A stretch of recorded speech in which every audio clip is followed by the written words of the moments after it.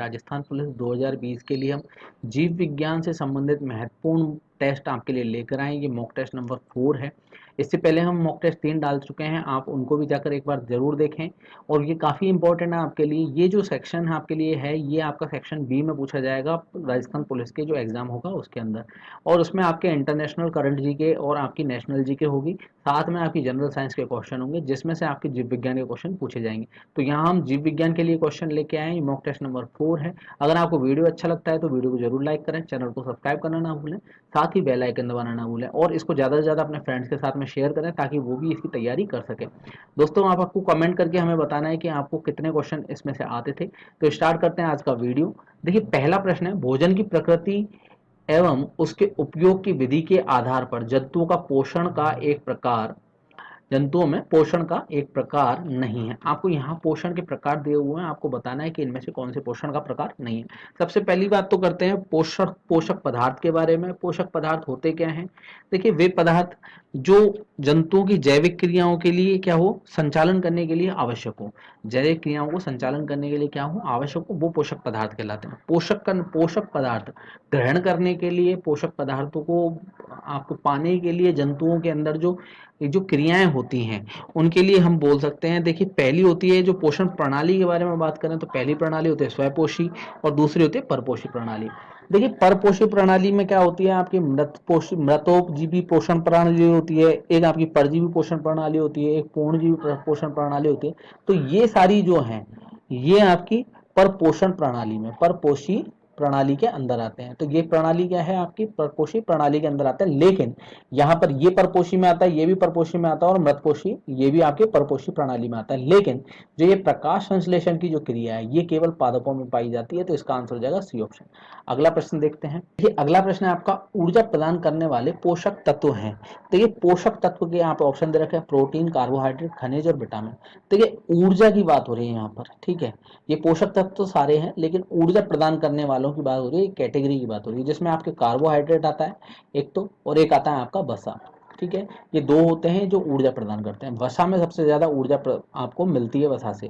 ठीक है, तो यहाँ आंसर हो जाएगा हमारा बी ऑप्शन, बिल्कुल सही आंसर होगा। कार्बोहाइड्रेट किससे मिलता है आपको? एक तो स्टार्च देने वाले पदार्थों से मिलता है और एक शर्करा देने वाले पदार्थों से मिलता है कार्बोहाइड्रेट। और दूसरा है वसा, जो है ये दो प्रकार की होती है। एक तो होती है आपकी वनस्पति वसा, वनस्पति वसा होती है एक तो, ठीक है। और एक होती है आपकी वनस्पति के साथ में होती है, एक आपकी होती है जो कि पशुओं की वसा होती है, पशुओं से मिलने वाली वसा। ठीक है, पशुओं की वसा जो होती है। अब ये वनस्पति वसा, तो जैसे देखिए, आपको ये वनस्पति वगैरह, ये इसमें आपको तेल वगैरह, रिफाइंड वगैरह ये जो होते हैं, इनसे मिलती है। और दूसरी पशुओं की जो वसा होती है, इसमें क्या है, आदमी को ये वसा जो मिलती है, जानवरों का मीट मांस वगैरह, मछली वगैरह खाते हैं, तो उससे हमें वसा मिलती है। तो इसका आंसर हो जाएगा बी ऑप्शन, बिल्कुल सही आंसर होगा।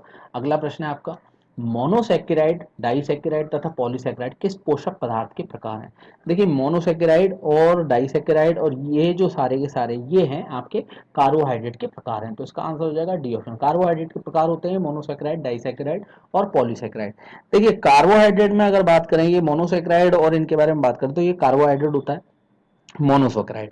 ये क्या करता है, ये जल से पुनः अपघटित हो जाता है और जल से अपघटित होने के बाद में पॉलीहाइड्रोक्सी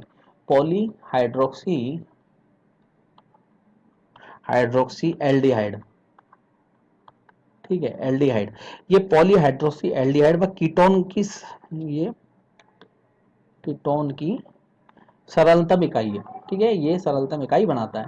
अब आपको मैं ये क्यों बता रहा हूँ, इसका रीजन है। देखिए, इकाई बनाता है ये, तो इसका एक रीजन है, क्योंकि ये एक विगत एग्जाम में पूछा गया था। इसमें पूछा गया था मोनोसेक्राइड का टूटने के बाद में, जल के साथ अपघटित होने के बाद में क्या निर्माण करता है। तो आपको याद रखना है, ये करता है पॉलीहाइड्रोक्सी एल्डिहाइड का निर्माण करता है और उसके साथ में कीटोन का निर्माण करता है। ठीक है, आपको ये चीज याद रखनी है। तो कीटोन का निर्माण करता है, ये भी आपको याद रखना है। पॉलीहाइड्रोक्सी एल्डिहाइड, ये भी आपको याद रखना है। इसकी एक सरलतम इकाई बनाता है ये। तो इसका आंसर हो जाएगा आपका डी ऑप्शन, क्योंकि ये क्वेश्चन है आपका, यहाँ तीन चीजें दी हुई हैं, डाइसेक्राइड, पॉलीसेक्राइड, मोनोसेक्राइड। ये किसके प्रकार हैं, पोषक पदार्थ के प्रकार हैं, ये कार्बोहाइड्रेट के प्रकार है। पॉलीहाइड्रोक्सी एल्डिहाइड मैंने क्यों बताया है, क्योंकि ये एग्जाम में पूछा हुआ था कि मोनोसेक्राइड जब विघटित होता है जल के साथ में तो क्या बनाता है, तो ये पॉलीहाइड्रोक्सी एल्डिहाइड व कीटोन बनाता है और उसकी एक सरलतम इकाई बनाता है। तो इसका आंसर हो जाएगा आपका डी ऑप्शन। अगला प्रश्न है, कौन सा पोषक पदार्थ कोशिकाओं की वृद्धि एवं मरम्मत करता है। देखिए ये जो है ये प्रोटीन है, इसका आंसर हो जाएगा ए ऑप्शन। प्रोटीन क्या करता है, कोशिकाओं के लिए तो वृद्धि के लिए आवश्यक है प्रोटीन, और ये जो उनकी कोशिकाओं की अगर टूट फूट होती है तो उनके अंदर मरम्मत का भी कार्य करता है प्रोटीन, तो इसका आंसर हो जाएगा ए ऑप्शन।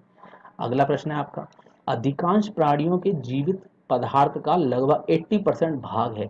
देखिए जीवित पदार्थ का लगभग 80% भाग वो होता है कार्बोहाइड्रेट, तो इसका आंसर हो जाएगा सी ऑप्शन कार्बोहाइड्रेट।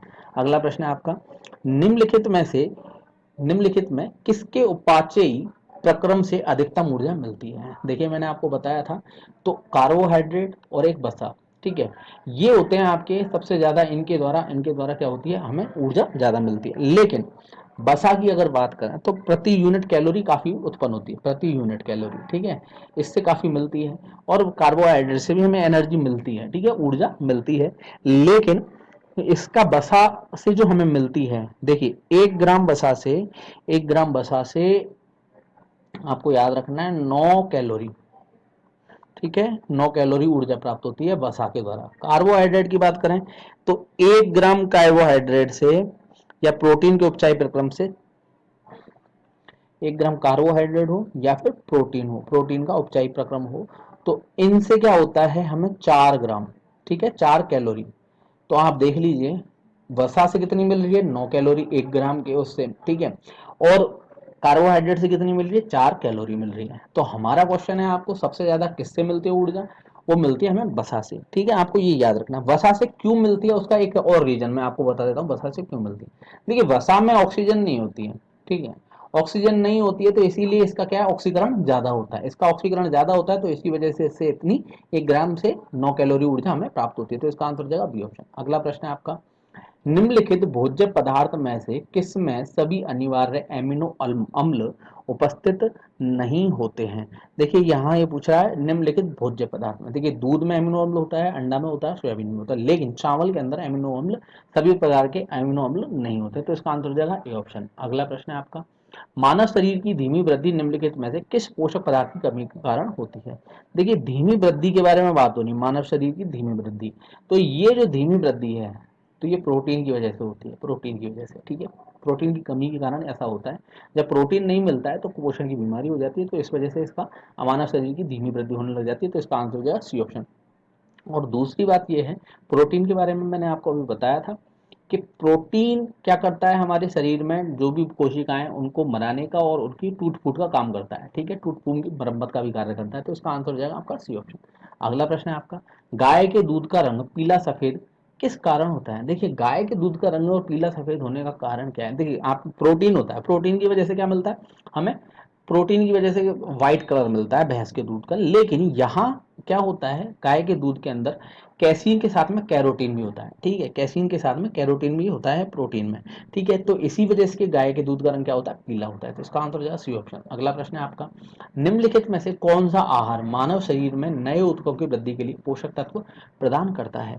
देखिए मानव शरीर के लिए यहाँ ऑप्शन दिए फल, सब्जियां, पनीर और मिठाई, ठीक है, यहाँ बोल रखा है नए ऊतकों की वृद्धि के लिए पोषक तत्व प्रदान करता है। नए ऊतकों की वृद्धि के लिए पनीर जो है ये नए ऊतकों की वृद्धि के लिए आपके क्या करता है, पोषक तत्व प्रदान करता है, तो इसका आंसर हो जाएगा सी ऑप्शन। अगला प्रश्न है आपका, विटामिन क्या होते हैं। देखिए विटामिन के बारे में बात हो रही है, विटामिन जो है ये कार्बनिक यौगिक होते हैं, तो इसका आंसर हो जाएगा ए ऑप्शन, विटामिन होते हैं कार्बनिक यौगिक, तो इसका आंसर हो जाएगा ए ऑप्शन। अगला प्रश्न है आपका, निम्नलिखित विटामिनों में से कौन सा शरीर में भंडारित नहीं होता।